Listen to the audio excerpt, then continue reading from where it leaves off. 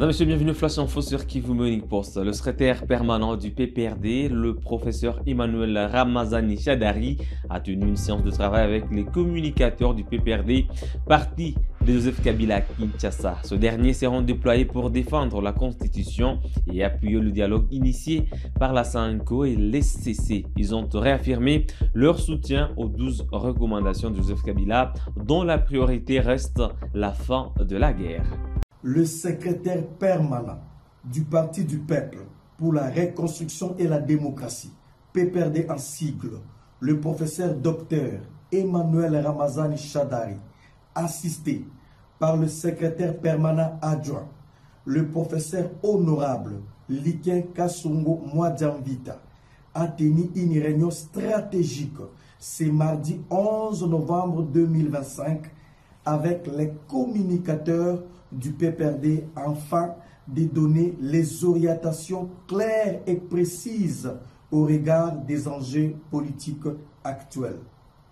À l'issue de cet échange avec les camarades secrétaires permanents, le professeur Dr Emmanuel Ramazani Shadari, les communicateurs du PPRD s'engagent à défendre l'intégrité de la Constitution du 18 février 2006 et les lois de la République.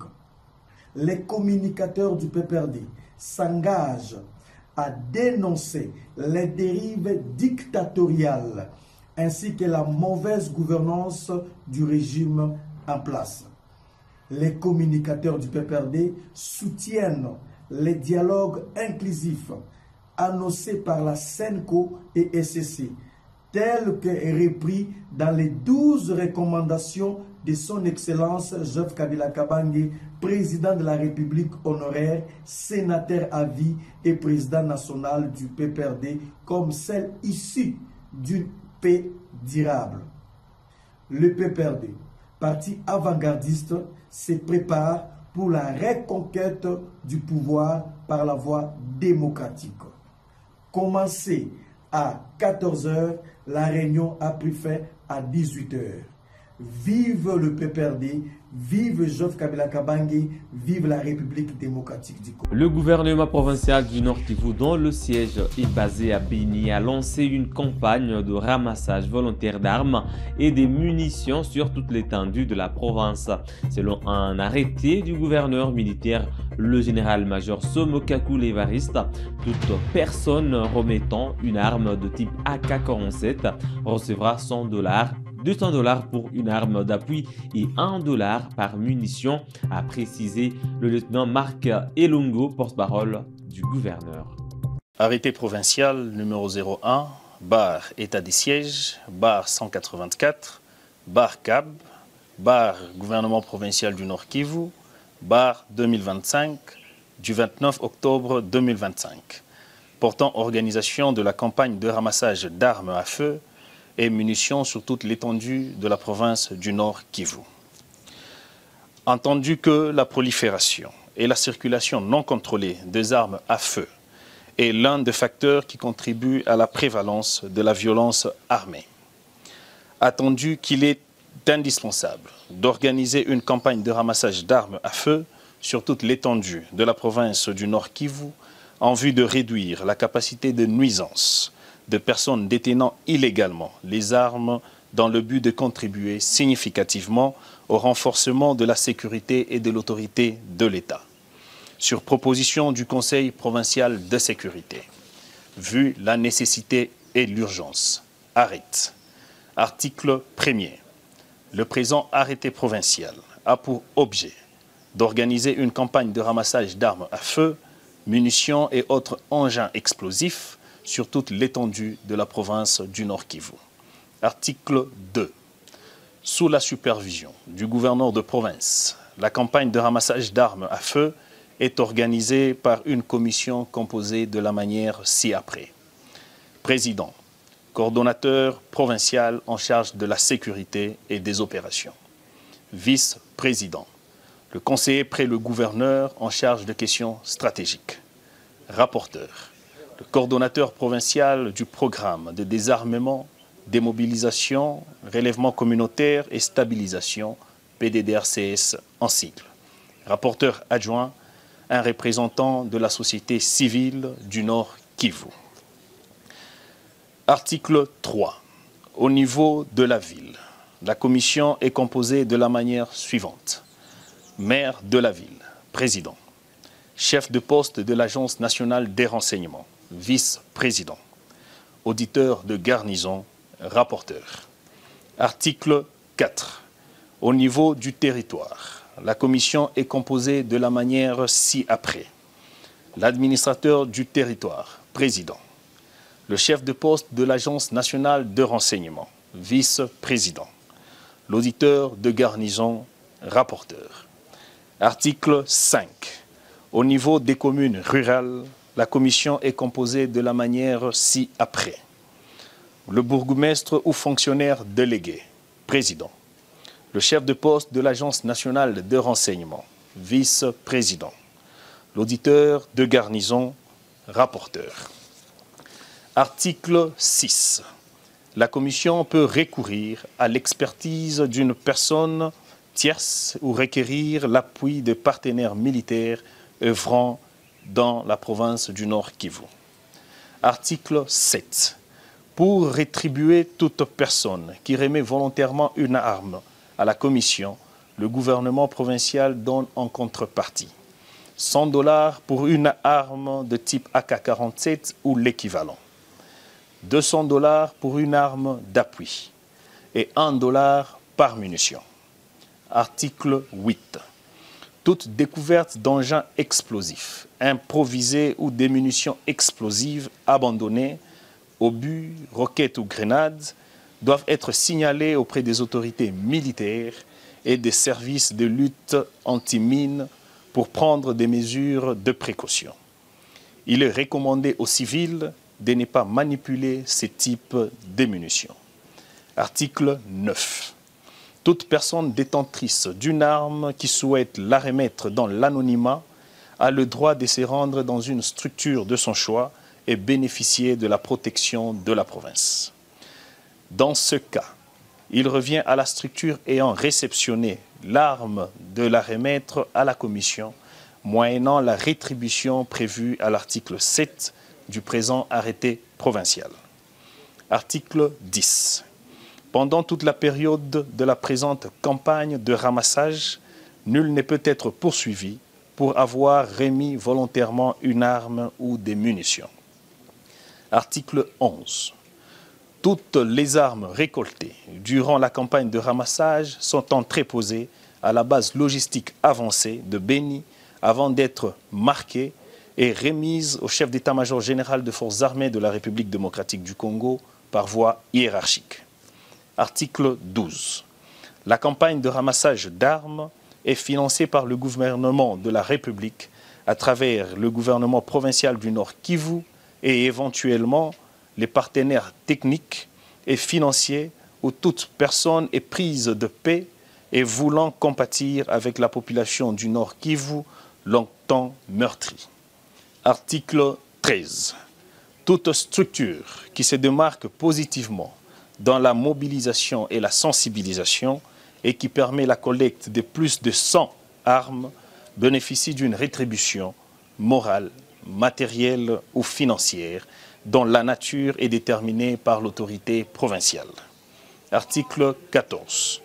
Tout différend qui résulte dans le cadre de l'organisation de la campagne de ramassage d'armes à feu et munitions sera soumis à l'arbitrage de l'autorité provinciale. Article 15. Les directeurs de cabinet du gouverneur de province et les coordonnateurs principaux en charge de la sécurité et des opérations sont chargés, chacun en ce qui les concerne, de l'exécution du présent arrêté provincial qui entre en vigueur à la date de sa signature. Fait à Beni le 29 octobre 2025, Somo Kakule Évariste, général-major. Rendons-nous à présent en Ituri. Le député Daniel Ouyewa a lancé une campagne de désarmement volontaire à Djougou dans la province de l'Ituri. Lors d'un meeting à plus tôt, 15 fusils AK-47 et d'autres armes ont été remués par DC. Une initiative saluée comme un pas vers le retour de la paix.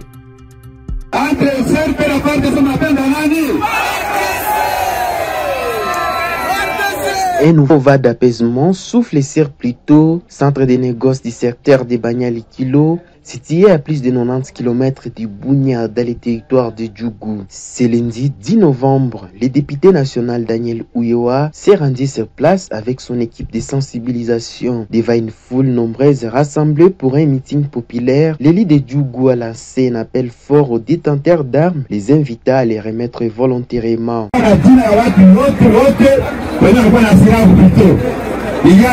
Nous avons le nom de tous ceux qui détiennent illégalement des armes à Plito, c'est-à-dire les commerçants, les anciens membres de l'autodéfense, les chefs de différentes entités qui possèdent des armes. Le commandant des secteurs a le nom de ces personnes. Et tous ceux qui cachent des armes doivent savoir qu'il y a une équipe lancée pour les arrêter.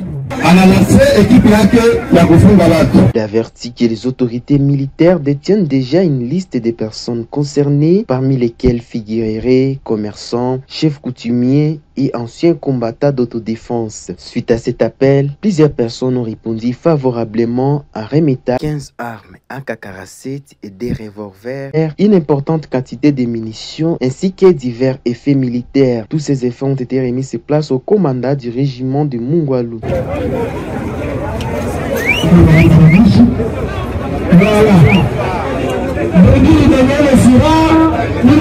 La population a salué cette initiative tout en niant catégoriquement la présence de la rébellion CRP dans leur entité.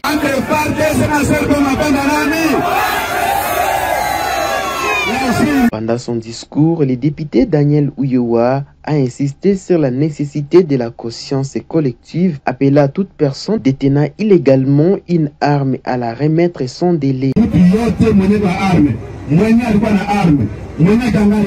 Ceux qui ont encore les armes, tous ceux qui en avaient et tous ceux qui en ont encore, c'est là qui avaient reçu les certificats Mabanga vers l'année 2024, c'est-à-dire ceux qui possèdent ces certificats sont valables. S'ils n'ont ni touché ni caché des armes, cependant, celui qui sait qu'il a les certificats de désarmement et les macaros, mais qui détient encore des armes, ne pourra plus travailler.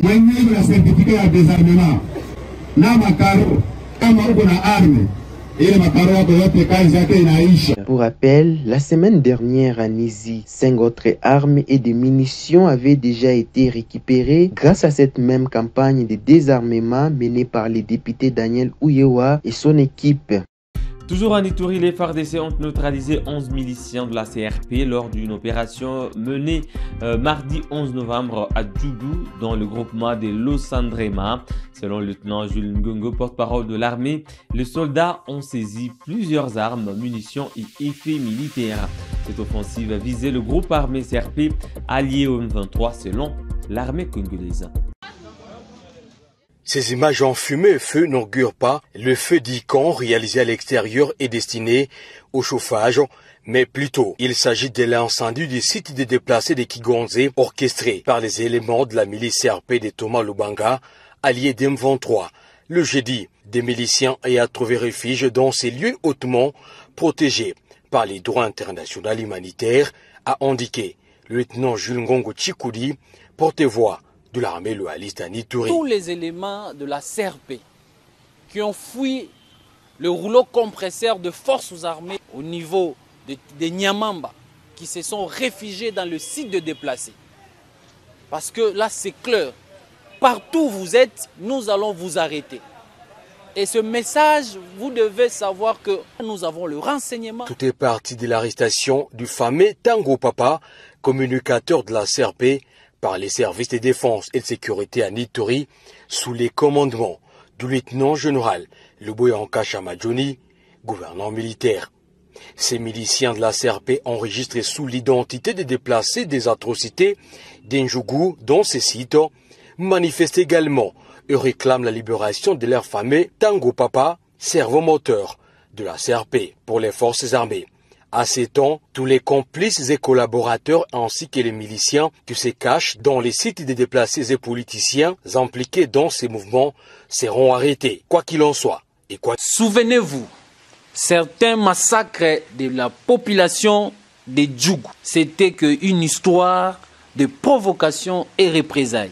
Certains éléments du groupe armé Zaïre, en provenance de sites de déplacés, ils allaient s'attaquer à la population civile. Et la suite, c'était quoi? le représailles dans le site des déplacés. Nous devons mettre fin à cette histoire. Rappelons que, lors de plusieurs bouclages menés par les forces de défense et de sécurité, plusieurs effets militaires, armes et munitions avaient été découverts dans ces sites. Le plus récent cas, spectaculaire, est la découverte d'une cache d'armes appartenant à la milice CRP tout près du site des déplacés de Niamoussassi. Madame, Messieurs, c'est tout pour le Flash Info de ce mercredi 12 novembre 2025 sur Kivu Morning Post. Merci à vous de l'avoir suivi du début à la fin. On se fixe un nouveau rendez-vous d'actualité. À très bientôt.